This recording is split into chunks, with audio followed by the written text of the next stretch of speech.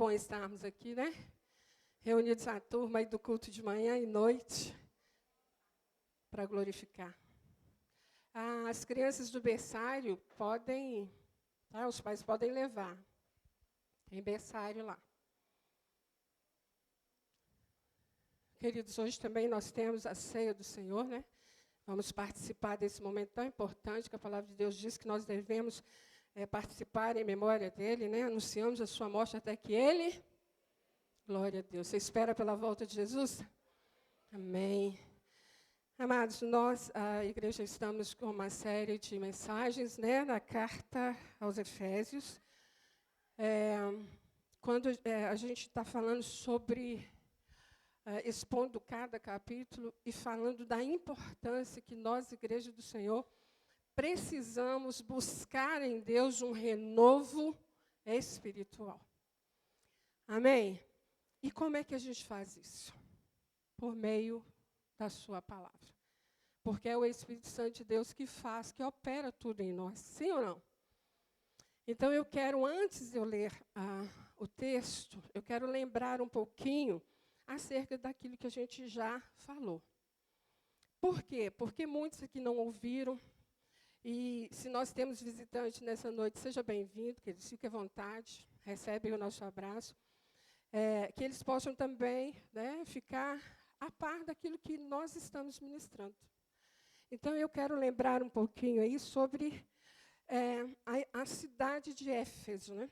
Uma cidade, a capital lá do Império Romano, uma cidade rica, portuária, com grandes negócios, com muitas pessoas, muitos na sua cultura, filosofia grega, né, muitos deuses, muitas artes, dono assim, de uma biblioteca imensa, de um teatro enorme, de um templo, com certeza você já ouviu falar, né, do templo da deusa Artemis, ou Diana dos Efésios, né, onde é considerada aí o seu templo como a 7ª maravilha do mundo. Então, todo esse contexto da cidade. Uma cidade em que Paulo ficou lá por algum tempo. Atos 19, 20 vai falar de quando nasceu essa igreja na cidade de Éfeso. Paulo aproveitou ali um gancho muito grande, a oportunidade que Deus deu a ele para pregar a palavra. E muitas pessoas se converteram, né? Havia ali judeus cristãos, mas havia gregos também, né? Haviam pessoas, povos de todas as partes que também viviam ali em Éfeso. Então, olha, um evangelho que floresceu numa cidade que você olharia e falava assim, impossível, né? Uma cidade voltada a todo tipo de deuses, né? A religião ali, o paganismo muito grande, e com todo tipo de cultos a esses deuses, inclusive ao imperador, né? Cultos também como prostitutas de cultos a bel prazer, né? Do sexo e de tudo mais. Então, nós temos aí um propósito dessa carta. Qual que é o propósito? Encorajar a igreja, aqueles que haviam se convertido em Cristo Jesus, né, que Deus tem um plano para a vida de cada um de nós. Nós ouvimos isso, que assim como foi a igreja de Éfeso, nós podemos falar a igreja Hermon, que a carta é tão atual, não é? Quanto foi lá, é hoje para nós. Então, os ensinamentos também de hoje é para a prática da nossa vida. E é interessante que essa carta ela se divide em 2 blocos, né? Capítulo 1 ao 3, que já ministramos aqui. Ele tem conteúdos doutrinários, nos ensina acerca, né, de quem é esse Deus, qual que é o plano dele, né? Por que eu e você estamos inseridos nesse plano. E do capítulo 4 ao 6, nós temos aí conselhos práticos. Ou seja, ensinamentos, nós tivemos acerca de como Deus faz e opera. Agora é hora de colocar esse ensino em prática. E aí nós vimos ali de início a interação da Trindade operando no plano de Deus. No capítulo 1 ali, do 3 até o 14, nós vemos Deus Pai, Deus Filho e Deus Espírito Santo. O pastor Fabrício falou sobre isso. Ele disse assim, de forma resumida, né? Ele falou: Deus Pai atua como Deus que planejou, elegendo e predestinando os crentes antes da fundação do mundo, não é isso? Nos adotou como filhos. E aí temos o Deus Filho, que é Jesus, que executa essa salvação. Ele, então, através dele, temos a redenção, o perdão dos nossos pecados. O sangue vertido naquela cruz para a salvação de todos aqueles que creem, aqueles que foram chamados por Deus antes da fundação do mundo. E aí nós temos o Espírito Santo, Deus Espírito Santo, que aplicou essa salvação. O que ele fez? Ele selou aquele que ouviu o Evangelho, que creu na salvação. Se um dia você ouviu o Evangelho e você creu, amém? Você está selado pelo Espírito Santo. Ele habita em você. E ele guarda a sua vida até que Jesus volte. Plano maravilhoso, né, querido? Sim ou não?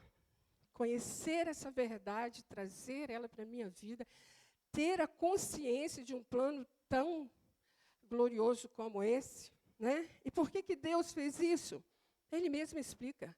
Fiz para o louvor da graça gloriosa dele. Foi para isso que ele fez. Né? Para que ele seja louvado em todo o tempo, porque ele nos amou de uma forma rica, graciosa. E aí, queridos, por que então que nós temos uma nova vida?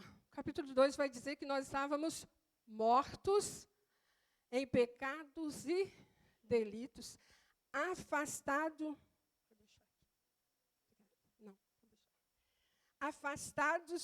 da presença de Deus. Não é isso? Não foi isso que o pecado fez lá no Éden? Nos afastou de Deus. E aí ele diz assim, olha, vocês estavam lá, afastados, vivendo a sua vida pecaminosa, no curso desse mundo, e quando você ouviu falar das boas novas, da salvação, você creu, o Espírito Santo de Deus trouxe você, né? E eu fiz tudo isso, não é obra da sua mão, é graça. Vocês foram salvos pela graça. Não é por obra para que ninguém se glorie. E aí ele fala também que ele fez uma coisa muito importante. A princípio, escolheu Israel, o povo judeu, para fazer conhecido quem é esse Deus. Em Cristo Jesus, o que ele faz? Ele derruba esse muro que separava. E ele faz de dois povos, gentios e judeus, um só povo. Então, Jesus Cristo une aqueles que creem nele. Cada ponto desse aqui foi já ministrado aqui pelos pastores que pregaram, pelas pessoas que pregaram aqui. O versículo 14 do capítulo 2 diz assim, Cristo, ele é a nossa paz. De dois povos, ele fez um só. E na sua carne derrubou a parede de separação que estava no meio à inimizade. Olha que coisa linda. Todo aquele que crê no Senhor Jesus Cristo poderá ser salvo. Não é mais só judeu. A salvação é para todos que creem nesse plano maravilhoso aí. Esse plano foi revelado, né, no capítulo 3, 6, fala assim, tanto gentios como judeus que creem nas boas novas participam igualmente das riquezas herdadas pelo Filho de Deus. Capítulo 3, Paulo faz uma oração. A importância dessa oração quando ele intercede para a igreja do Senhor. Intercedeu lá para Éfeso, intercedeu para nós também. E ele fala assim, olha, peço que da riqueza de sua glória ele fortaleça com poder interior por meio de seu Espírito. Então, Cristo habitará em seu coração, à medida que vocês confiarem nele. Suas raízes se aprofundarão em amor e os manterão fortes. Acredita que Foi orado para que eu e você estivesse aqui confiando em Jesus cada dia mais, se fortalecendo nessa verdade cada dia mais, nos fazendo aprofundar nessa verdade, criando raízes, sendo fortalecidos nessa fé em amor. Alguém, o apóstolo Paulo, orou por aquela igreja, orou por nós também, queridos. Como é bom saber disso. Como é bom saber que Deus ouviu a sua oração, sim ou não? Você crê que ouviu? Orou por você, orou por mim. Estamos aqui essa noite. E aí, então, queridos, nós chegamos lá no capítulo 4, onde vai falar da importância da maturidade e crescimento desse povo que um dia estava perdido e que agora o Senhor os encontrou e trouxe para perto de si. Então, foi ministrado o plano de Deus, dizendo que, olha, o plano da salvação em Cristo Jesus, aplicado pelo Espírito Santo, agora ele é desenvolvido na igreja. E aí, então, nós somos igreja do Senhor, onde nós desenvolvemos essa vida de salvação até a volta de Cristo. Então, queridos, nós temos um jeito certo de andar, de caminhar na nossa fé. Nós ouvimos aqui a importância, quando Paulo diz assim, olha, vivam de modo digno do chamado que receberam. Que chamado é esse? É chamado para ser pastor? É chamado para servir? Não, é o chamado da salvação. Então, se você ouviu um dia o chamado de Deus, você foi salvo. E se você foi salvo, a sua vida precisa ser transformada. Amém? Porque quem é salvo não fica do mesmo jeito que era antes de ser salvo. Coerente, não é? Assertivo. É a palavra de Deus nos ensinando essa verdade. Mas fala o seguinte, olha, como igreja do Senhor, nós temos jeito de andar. Ele diz assim, olha, unidos, precisamos ser humildes, amáveis, pacientes, longânimos, dando suporte uns aos outros, em amor. E um dia teve uma pessoa que falou assim, esse suporte, de dar suporte, na realidade, tem que ser suportar mesmo, irmão, né? Eu falei, também. Também. É o suporte de ajudar a crescer, e às vezes tem pessoa que é difícil, tem, querido. Mas como é que você caminha com ele? Na força do seu braço? Ou no amor de Cristo? No amor de Cristo você consegue caminhar. Você consegue dar suporte ao seu irmão. E por que a gente faz isso? Porque precisa ter aí um vínculo, né? A unidade no vínculo da paz. Isso é corpo. É o que nós estamos aqui hoje, reunidos aqui, com esse propósito, crendo no mesmo Deus, cultuando a Ele, celebrando quem Cristo é e o que Ele fez em nossa vida. Aí, semana passada, falamos um pouco mais sobre a unidade desse corpo aqui. Que Jesus Cristo, ao morrer na cruz, Ele levou consigo o cativeiro. Ele quebrou tudo aquilo que nos aprisionava no pecado e nos deu liberdade nele. A igreja do Senhor é livre. E, junto com isso, Ele capacita essa igreja para caminhar. Não é na força do nosso braço. Ele distribui dons. Amém, queridos? Quem estava aqui domingo passado ouviu sobre isso? Ele chamou alguns para apóstolos, não é? Ele chamou alguns para profetas, evangelistas, pastores e mestres. E por que Deus fez isso? Porque é a igreja do Senhor. Ela precisa crescer. E a gente ouviu aqui que Ele deu dons para o aperfeiçoamento dos santos. Precisamos amadurecer, não é isso? Nós ouvimos aqui que nós precisamos desempenhar o serviço para que a igreja seja fortalecida, para que o corpo seja edificado, para sermos parecidos com Cristo, e não sermos como crianças, levadas a todo o vento de doutrina. Olha a importância disso. Percebeu? Fomos ensinados quem nós somos, onde nós estávamos e o que Deus fez. Agora ele diz, somos igreja, o corpo. Quem é que comanda isso aqui? Jesus Cristo, a cabeça desse corpo. E ele traz a figura do corpo para mostrar a importância desse corpo. Cada um de nós aqui, queridos, é de extrema importância. No sentido, não da vaidade, mas no sentido do amor de Deus dispensado por nós. E como igreja do Senhor, temos a função de glorificá-lo. Então, os dons, com as pessoas a quem Deus distribuiu, unidos, né, na unidade da fé, uns vão ajudando os outros a crescerem, ensinando, fortalecendo, caminhando junto, com humildade, com paciência, dando suporte, porque ele diz assim, olha, rogo-vos, pois, você realmente foi chamado?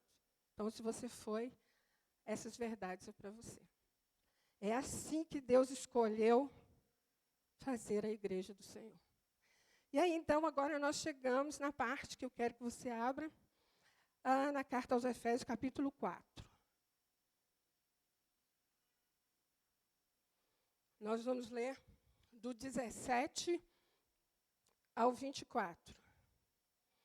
Os versículos do 17 ao 32 são conselhos práticos. Aí já não é mais para a comunidade, mas é para cada um de nós. E a gente vai ver, então, aqui um pouquinho o que a palavra de Deus diz que eu e você precisamos ouvir nessa noite e analisarmos, né, nos examinarmos para ver se nós estamos colocando em prática ou não.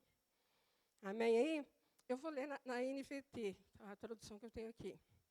Diz assim, assim eu lhes digo com a autoridade do Senhor, não vivam mais como os gentios, levados por pensamentos vazios e inúteis. A mente deles está mergulhada na escuridão. Andam sem rumo, alienados da vida que Deus dá, pois são ignorantes e endureceram o coração para ele. Tornaram-se insensíveis, vivem em função dos prazeres sensuais e praticam avidamente toda espécie de impureza. Mas não foi isso que vocês aprenderam de Cristo. Uma vez que ouviram falar de Jesus e foram ensinados sobre a verdade que vem dele, livrem-se de sua antiga natureza e de seu velho modo de viver, corrompido pelos desejos impuros e pelo engano. Deixem que o Espírito renove seus pensamentos e atitude, e revistam-se de sua nova natureza, criada para ser verdadeiramente justa e santa como Deus. Amém? Você pode orar e pedir para que o Senhor fale ao teu coração nesse momento? Pai, nós te louvamos, Deus, te agradecemos a oportunidade de ministrarmos a tua palavra, mas nós sabemos, Deus, que somente o Senhor, Deus, é que pode ministrar essas verdades no nosso coração. Faz isso nessa noite, Pai querido. Ministra a vida de cada um de nós, Senhor, que a gente saia daqui dispostos a fazer, a colocar em prática as verdades da sua palavra. Faz isso, Pai querido, para o louvor da sua glória. Amém? Glória a Deus. Então, aqui, queridos, nós temos aí, título até da nossa lição do PG, é Como Devem Viver os Cristãos. Paulo vai fazer aqui um contraste, um paralelo entre a vida dos gentios e a vida dos cristãos. E ele diz assim, olha, não vivam mais como os gentios. Quem são os gentios? Os gentios são os pagãos. São aqueles que ainda não se converteram a Cristo. Certo? Pessoas que ainda não se converteram a Cristo. Eles são os gentios. E como é que viviam esses gentios? Para que Paulo diga para a igreja do Senhor. Antes ele fala assim, olha, quando vocês estavam aí perdidos, mortos, vocês andavam no curso desse mundo, de qualquer jeito, de acordo com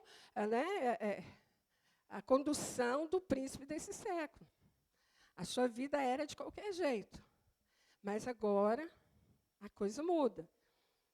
Mas deixou de ter gentios frequentando a igreja, que talvez já fossem cristãos, mas que ainda não viviam como cristãos?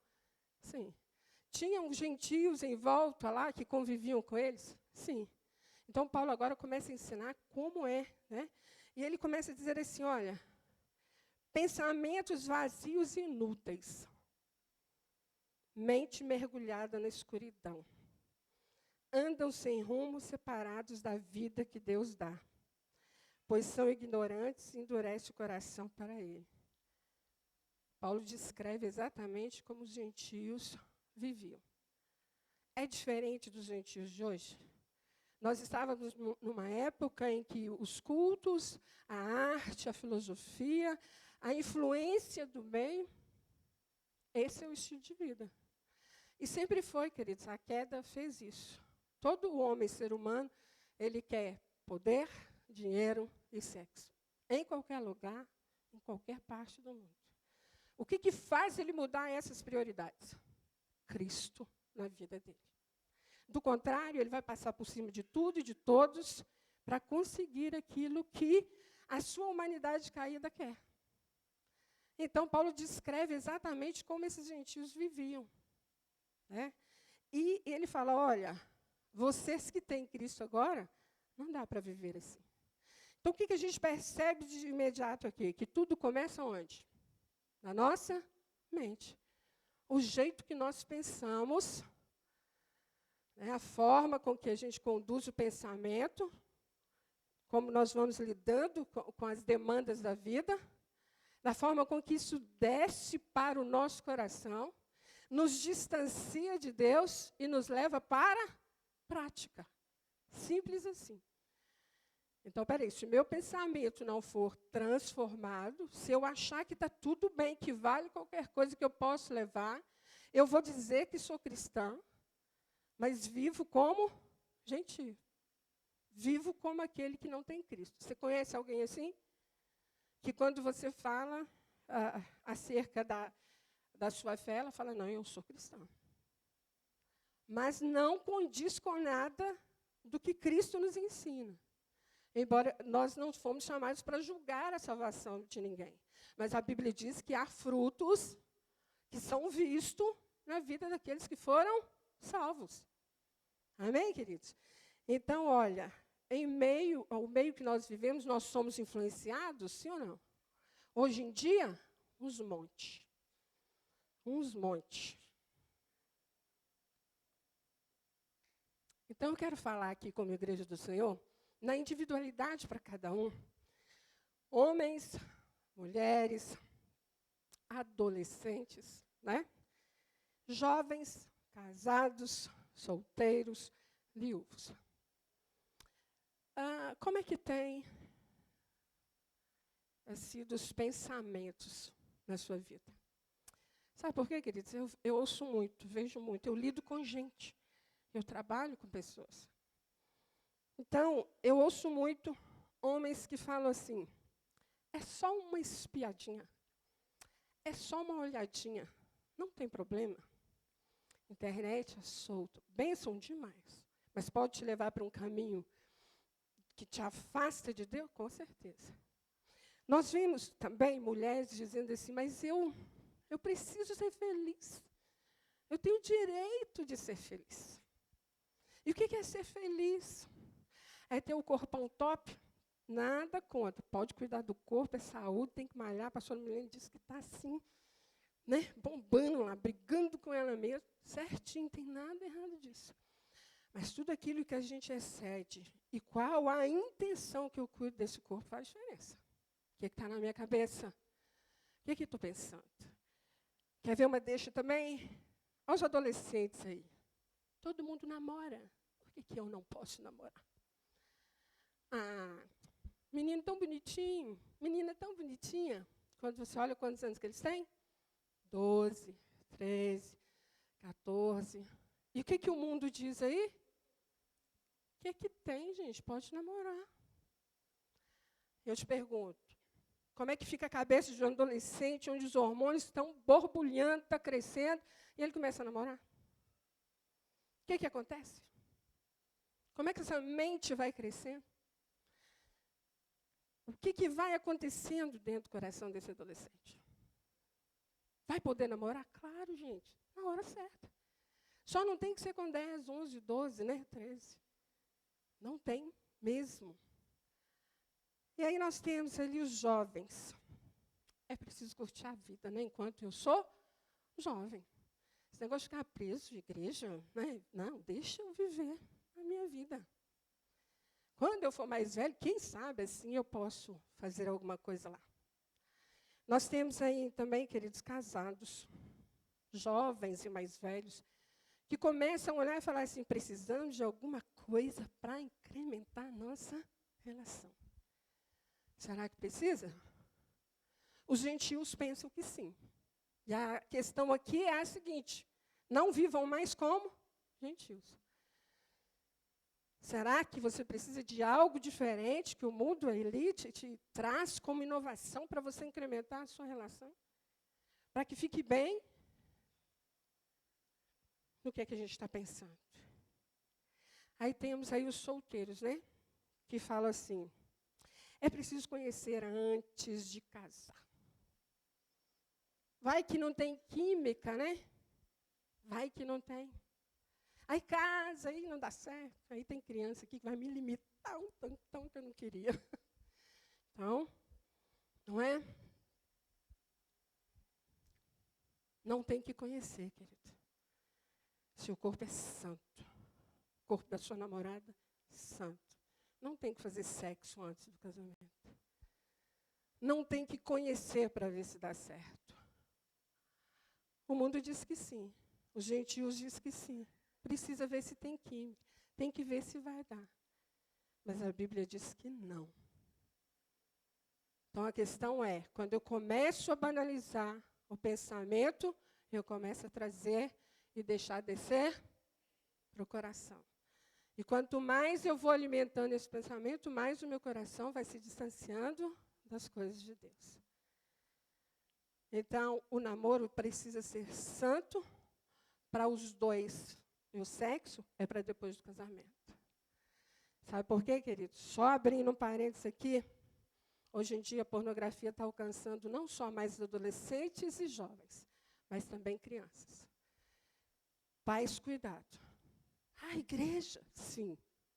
Pessoas envolvidas, inclusive em liderança, se envolvem por esse caminho, que se perde. Porque tudo começa aqui.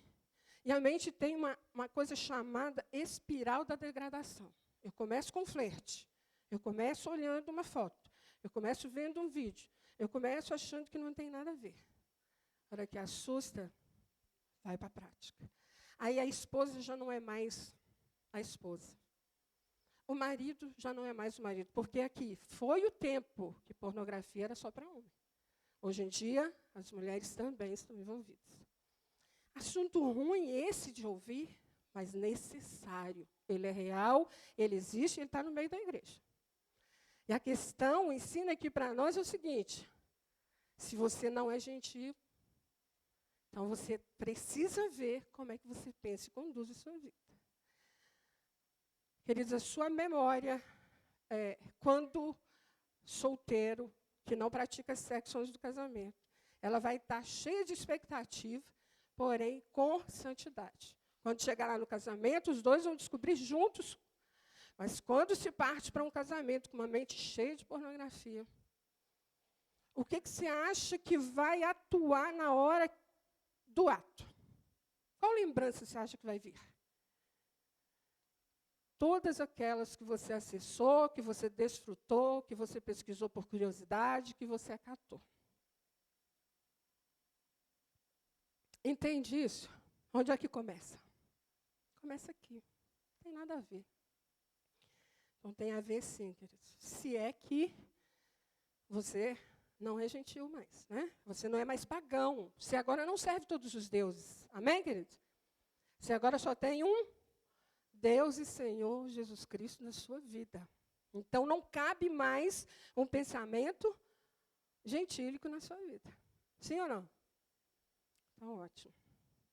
E aí, viúvos e viúvas também entram nisso, né? Porque se você é viúva ou viúvo, namora, tem que ter compromisso e casar. Porque se você faz isso, não pensa que só porque você é viúvo, você pode namorar, porque vale tudo e corre tudo. Não é. vida que o Senhor nos chamou foi para sermos família para o louvor da glória dele. E tem um jeito dessa família glorificá-lo. Em santidade. Amém, queridos? Então, diante disso, são pensamentos. Talvez você pensou assim, pensar como gentios. É isso aí. Tenho certeza que você vê isso todo dia, ouve, conversa com pessoas, né, acessa. A questão é, esses pensamentos podem estar na mente de quem tem Cristo Jesus? A questão é que quando eu penso, queridos, aí trago uma pergunta para nós aqui. Como é que a gente tem andado? Porque eu penso e começo, então, a viver. Né? E aqui ele está dizendo que quando o nosso pensamento não está alinhado com Deus, o que acontece? Nós nos afastamos da vida que Ele nos dá e o coração endurece. E esse endurecer aqui, segundo os estudiosos, eles baseiam pelas palavras originais lá, que é uma pedra mais dura do que a pedra de mármore. Ou seja, não é uma endurecidinha. É algo assim que afasta ele totalmente mesmo de Deus. Totalmente. Por quê? Vai endurecendo, vai dando vazão aos pensamentos. Então, você começa a ir em lugares que você não deveria ir, não é isso? E você também começa a participar de coisas que você não deveria participar. Então, se você flerta com essas coisas, a prática é uma questão de tempo. Primeiro, o coração endurece. A palavra-chave no nosso meio é: não tem nada a ver. Pode, bora, né? O que tem? Deixa a vida me levar, a vida leva eu, não é isso? Vamos embora.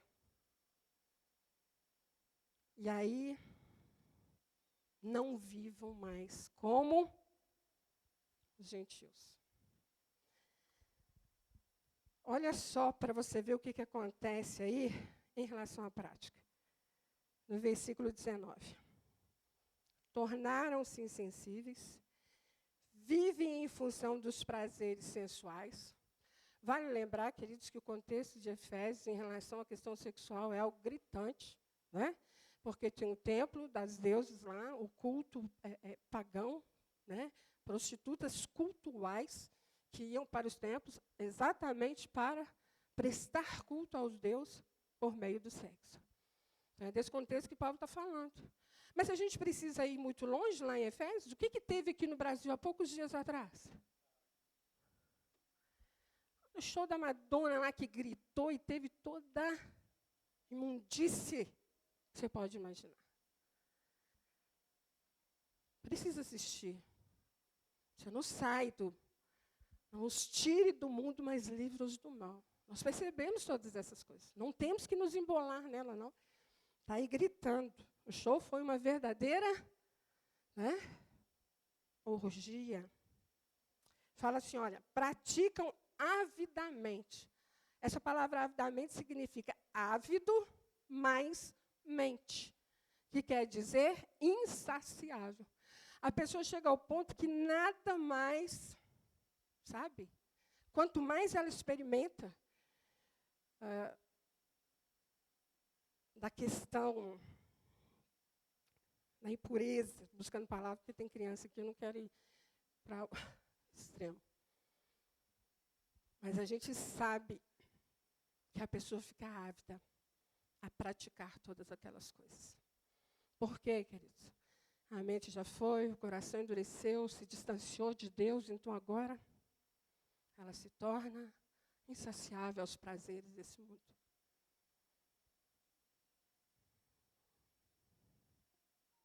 Então, se eu penso, eu preciso ter cuidado, porque desce para o coração. E quando desce, eu vou para a prática. Então, se eu não sou mais gentil, se eu não sou mais pagã, eu tenho um jeito de viver. Sim ou não? Paulo diz assim, olha, não vivam mais como eles. Então, é possível viver de outra forma? É possível. Aí Paulo diz assim no versículo 20. Mas não foi isso que vocês aprenderam de Cristo. Ou então tem um jeito da gente viver diferente disso aqui.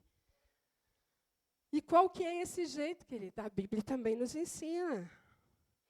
Como é que se antes eu tinha uma vida sem Deus, Cristo me chamou, eu vi o Evangelho, não é isso? Eu criei, o Espírito Santo de Deus vem, sela a minha vida e começa a me ensinar como que eu devo andar.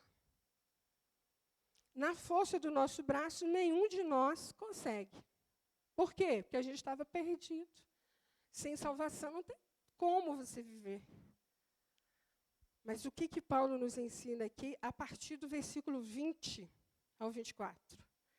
Ele diz assim: mas não foi isso que vocês aprenderam de Cristo. Uma vez que ouviram falar de Jesus e foram ensinados sobre a verdade que vem dele, livrem-se de sua antiga natureza e de seu velho modo de viver, corrompido pelos desejos impuros e pelo engano. Deixem que o Espírito renove seus pensamentos e atitudes e revistam-se de sua nova natureza, criada para ser verdadeiramente justa e santa como Deus. Esse é o plano que Deus tem para a minha vida e para a sua. Então, como é que eu posso? Como é que eu posso viver essa vida que Paulo diz aqui? Primeira coisa que eu preciso, querido, é saber se eu fui chamado. Você foi chamado? O Senhor te chamou em salvação para andar com Ele? Então, se você foi chamado, existe um jeito certo de você andar. E eu não estou falando de comportamento, viu, queridos? Porque a educação faz a pessoa se comportar muito bem, sim ou não? Ela fica assim, beleza. Eu estou falando de transformação, mudança de mente.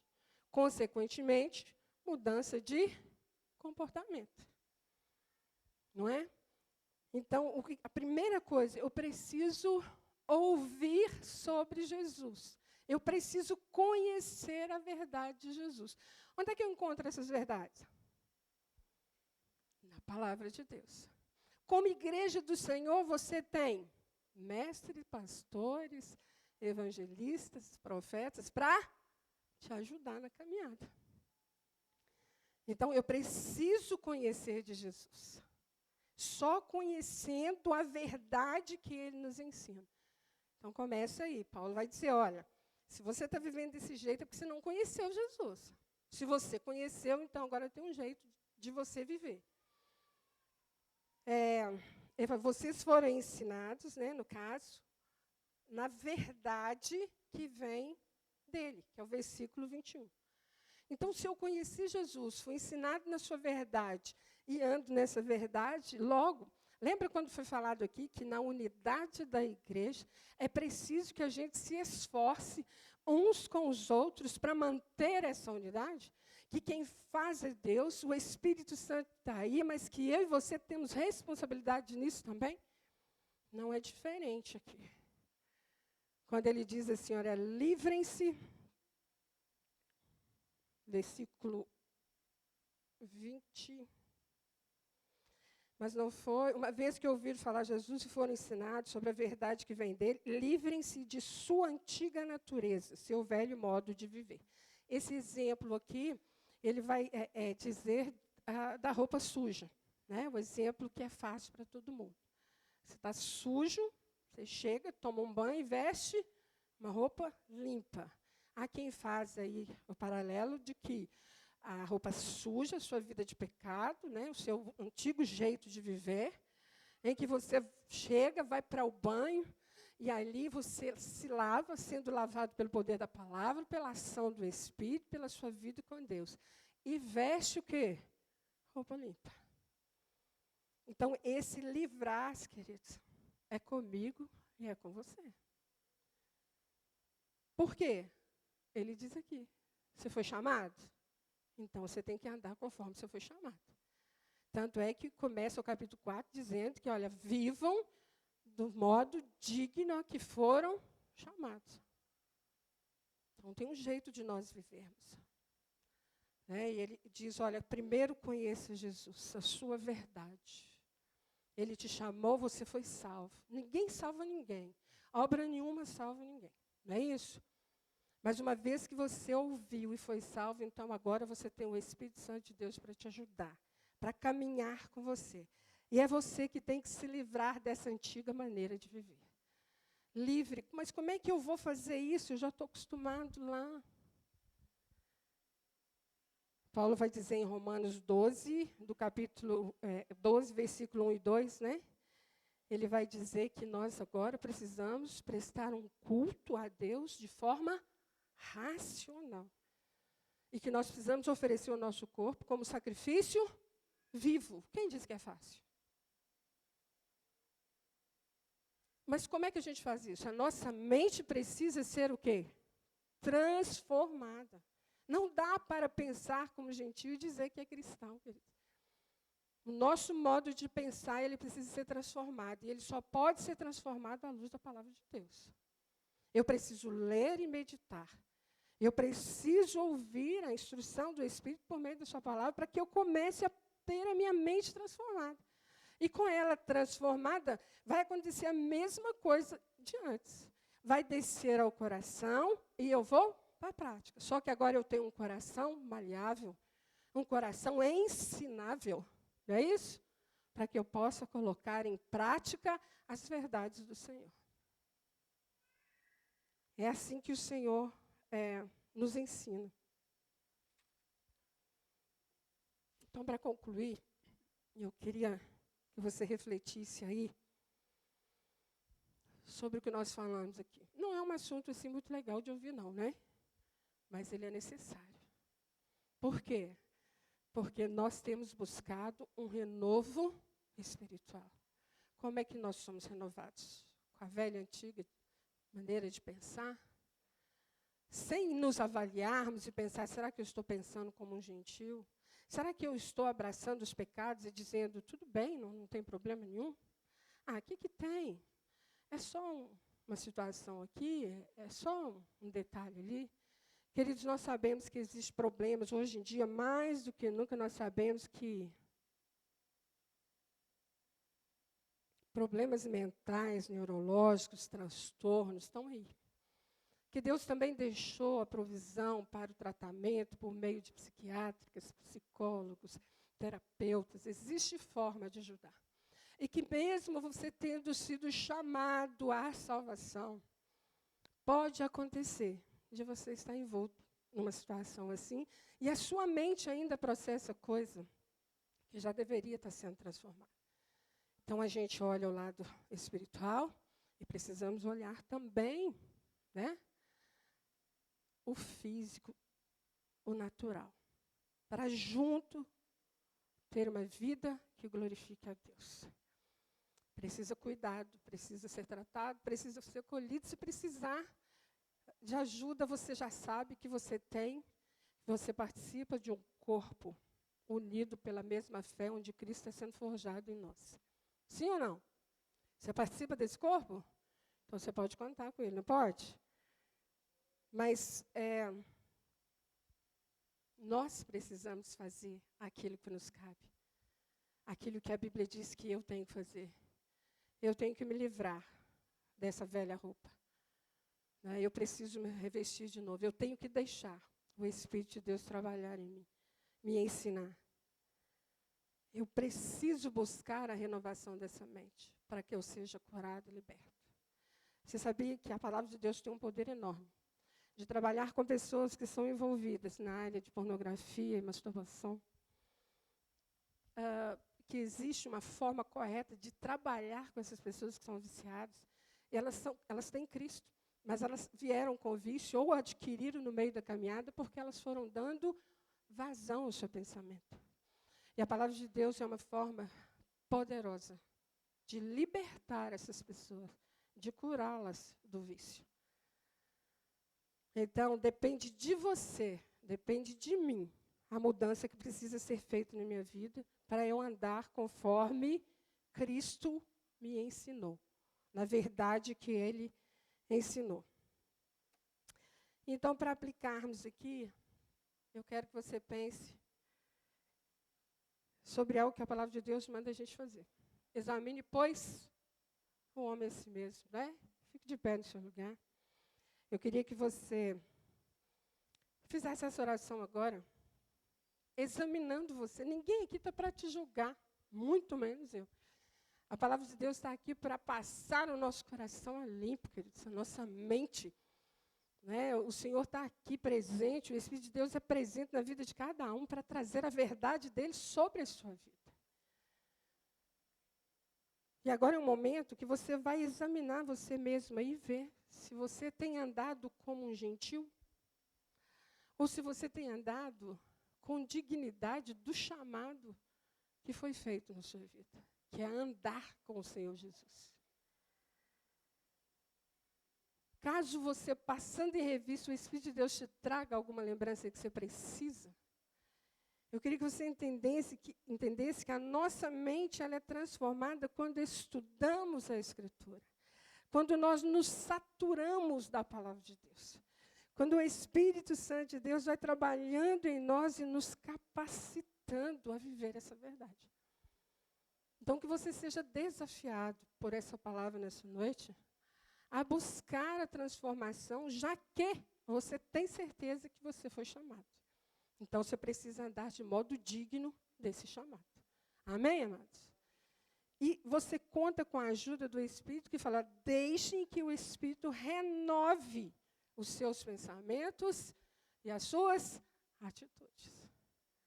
Ele vai te ajudar, mas quem tem que abrir a palavra, quem tem que queimar a bufa, quem tem que se esforçar, quem tem que lutar contra, sabe, os vícios, as maneiras erradas que antes você vivia, é você. Mas na força do seu braço, sozinho, você não consegue. Você só consegue se Cristo for Senhor da sua vida. Amém? Então vamos orar? Feche seus